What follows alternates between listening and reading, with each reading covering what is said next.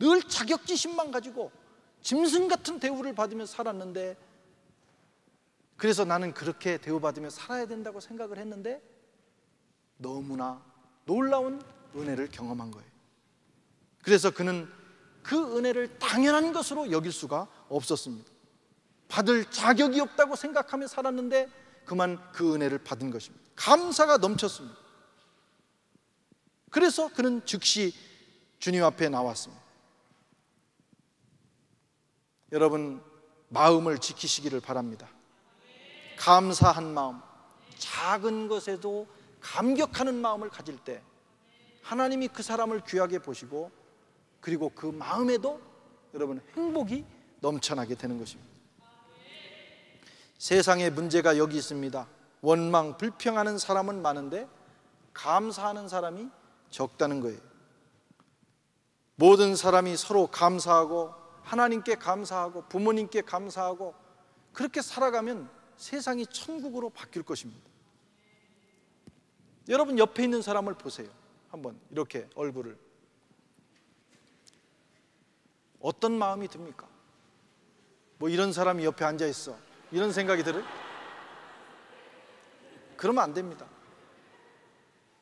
여러분, 이런 분과 옆에 같이 앉아 있게 되다니 하나님 감사합니다.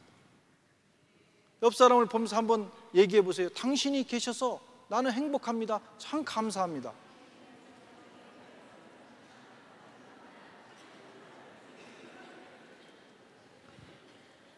아유, 오늘 조심해서 앉는다고 했는데 꼭 내가 이 사람 옆에 앉았네. 그렇게 생각한 사람은 예배를 드려도 불행한 거예요. 당신이 계셔서 감사하고, 하나님이 계셔서 감사하고, 목사님이 있어서 감사하고, 구역장님이 있어서 감사하고, 성가대가 있어서 감사하고. 할렐루야. 교회를 개척해서 9년을 목회하면서 느끼는 것이 있습니다. 바로 이거예요. 참 감사가 없다. 사람이 감사가 없다. 말씀을 가르치고 마음으로 품고 새벽에 덜덜 떨면서 기도하고 목양하고 하는데 감사로 응답하는 사람이 별로 없습니다. 어느 날 안 보여서 보면 페이스북에 한국에 가 있어. 이미 공부 마치고 갔어요. 그런데 간다는 전화 한 통화도 못합니다. 여러분, 그렇게 공부해서 뭐 하겠어요? 그 사람이 가서 가르쳐서 뭘 가르치겠어요? 연말이 돼도 지난 한 해 기도해 주셔서 감사합니다. 전화 한 통화, 그 전화하기가 민망하면 메일, 전자메일, 그 흔한 전자메일 하나 보내는 사람이 많지를 않아요. 그리고 연말 되면 모여 앉아서 교회 불평하고 목사 씹고 구역장 흉보고 부장집사 씹고 하나님 원망하고, 교회가 해준 게 뭐가 있냐고. 이 교회가 도대체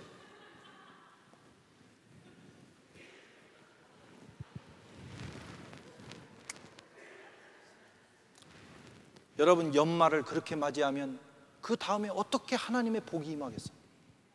감사하십시오. 그래도 목사가 1년 동안 헷갈리지 않고 정상적으로 말씀 전하고, 그래도 주일 예배 빠지지 않고, 제가 주일도 잊어버리고 어디 가서 헤매고 있어봐요. 실제로 그런 분들이 있습니다. 어떤 분은 낚시를 너무 좋아하는 목사님 계셨어요. 근데 낚시에 몰두하다 보니까 어느 날 장로님이 전화가 왔어요. 목사님 어디 계세요? 아, 왜 그러세요? 장로님, 예배 시간 다 됐는데요.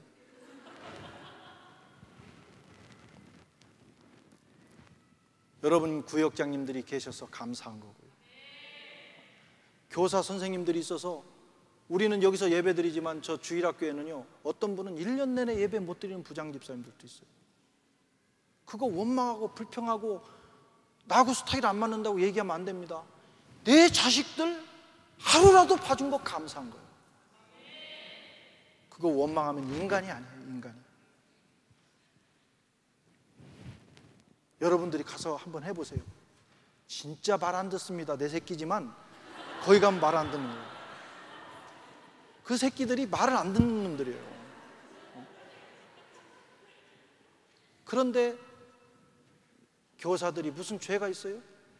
아이들 사랑하는 마음으로 우리 예배 잘 드리다고 아이들을 위해서 기도하고 몸부림쳐 주는데, 연말에 최소한 그 선생님들을 위해서 작은 카드 하나라도 쓰시라 이거예요. 학부모들은, 중고등부도 마찬가지입니다. 그런 훈훈한 감사가 있을 때 행복해지는 거예요.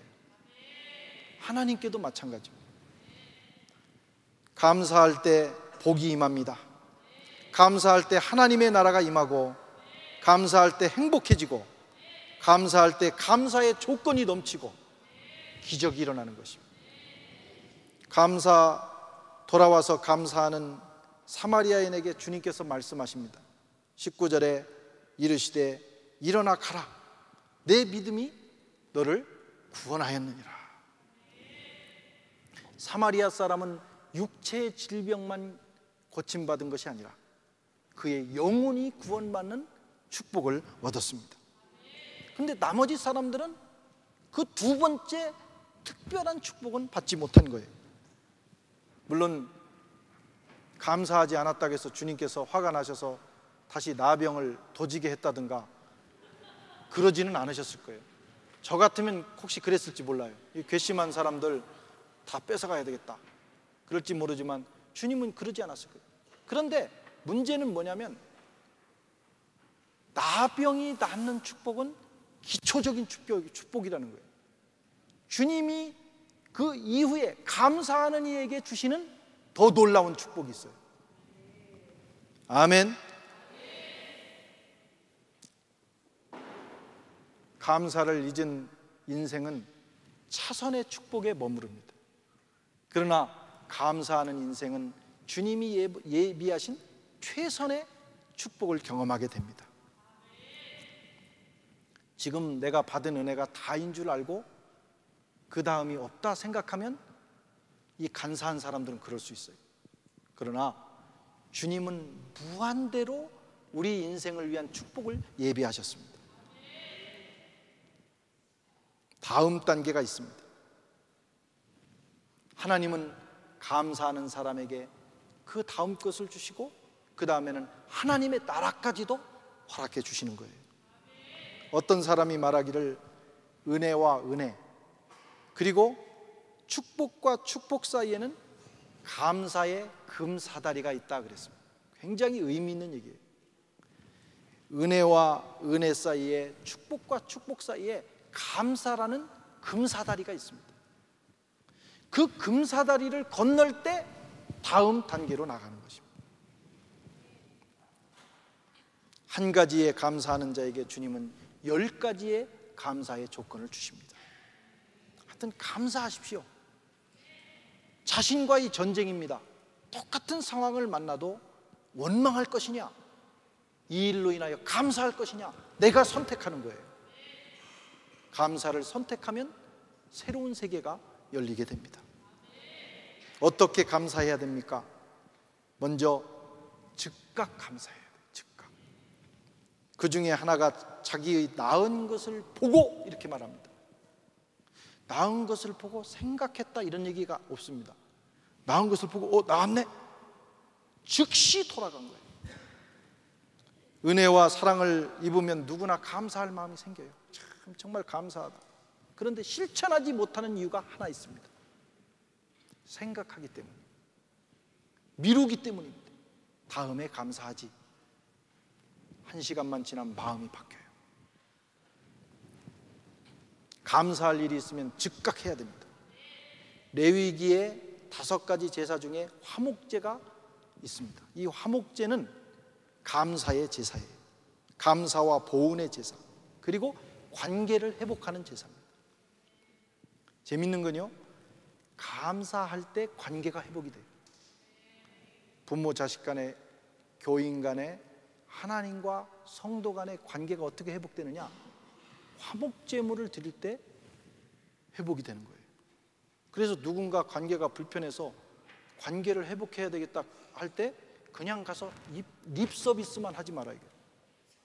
뭘 해야 되느냐? 화목 제물을 가져가야 돼요. 화목 제물입니다 하고 이렇게 드리고 하면 관계가 회복이 됩니다. 그런데요, 이 화목제 중에도 여러 종류가 있지만 그 중에 특별히 감사제로 드리는 이 화목제는 다른 고기는 3일까지 남겨놓을 수 있게 하셨는데 그 고기는 당일에 먹어라 율법이 정합니다. 이건 뭐냐면 감사의 즉각성이에요. 감사할 일이 생겼을 때 즉각 감사하지 않으면 절대로 감사하지 못합니다. 마음이 변하기 때문에.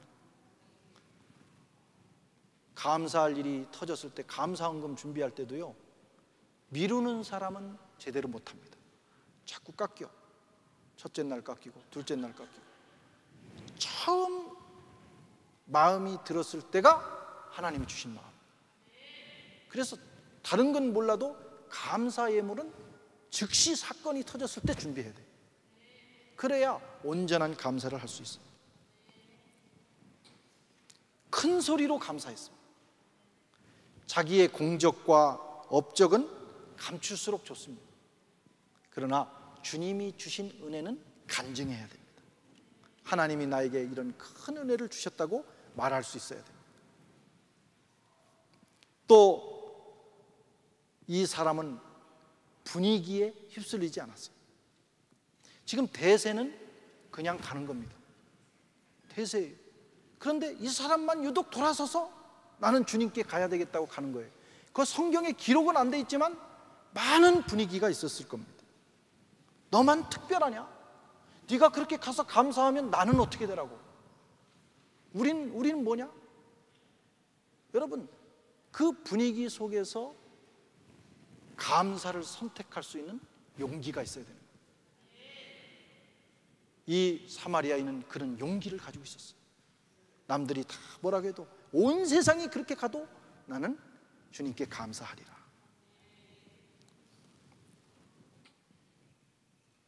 그는 용기 있게 선택했고 그 일로 인하여 그의 인생은 새로운 차원으로 올라가게 된 것입니다. 그리고 그는 최선을 다했어요. 그 발 앞에 엎드려 이렇게 기록합니다. 그는 물질로 살해했을 뿐만 아니라 더 놀라운 것은 그 발 아래 엎드려 자기의 인생을 주님 앞에 드렸습니다. 힘을 다해 하나님 앞에 감사해야 됩니다. 우리는 영원히 죽을 수밖에 없는 존재인데 구원받은 사람들이에요. 그래서 우리가 가진 것을 가지고 감사할 뿐만 아니라 더 나아가서는 우리의 전 존재를 번제로 주님 앞에 드려 감사해야 하는 것입니다. 인색함이나 무성의함으로 해서는 감사가 의미가 없습니다. 고린도후서 9장 7절에 각각 그 마음에 정한 대로 할 것이요 인색함이나 억지로 하지 말지니 하나님은 즐겨 내는 자를 기뻐하시느니라. 성도 여러분, 지난 한 해를 돌아보면 은혜 아닌 순간이 없었습니다. 하나님께서 우리를 구원하시고 지키시고 먹이시고 입히시고 인도해 주셨습니다. 세상에 수많은 사고, 질병, 죽음, 수많은 일들이 있었지만 오늘 저와 여러분이 이 자리에 나와 예배드릴 수 있는 것은 하나님의 크신 은혜입니다. 우리가 가진 소중한 것들은 다 주님이 주신 것들입니다. 생명, 건강, 가정, 영생, 재물, 자녀, 부모, 하나님이 주셔서 우리가 누리고 있습니다.